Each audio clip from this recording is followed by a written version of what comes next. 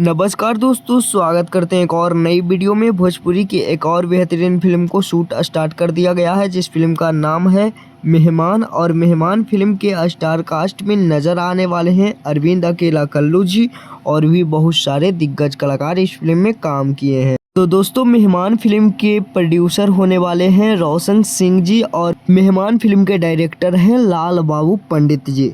तो दोस्तों, इस फिल्म के ट्रेलर, गाना और फिल्म आप सभी को SRK म्यूजिक के यूट्यूब चैनल पे देखने को मिलेगा।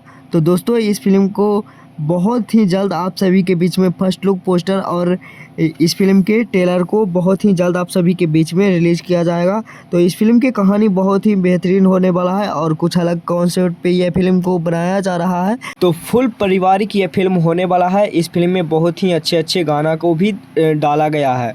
तो ये अपडेट कैसा लगा कमेंट बॉक्स में कमेंट करके बताइएगा, और ऐसे ही भोजपुरी हर एक अपडेट पाने के लिए हमारे चैनल को सब्सक्राइब करिए। मिलते हैं किसी नेक्स्ट वीडियो।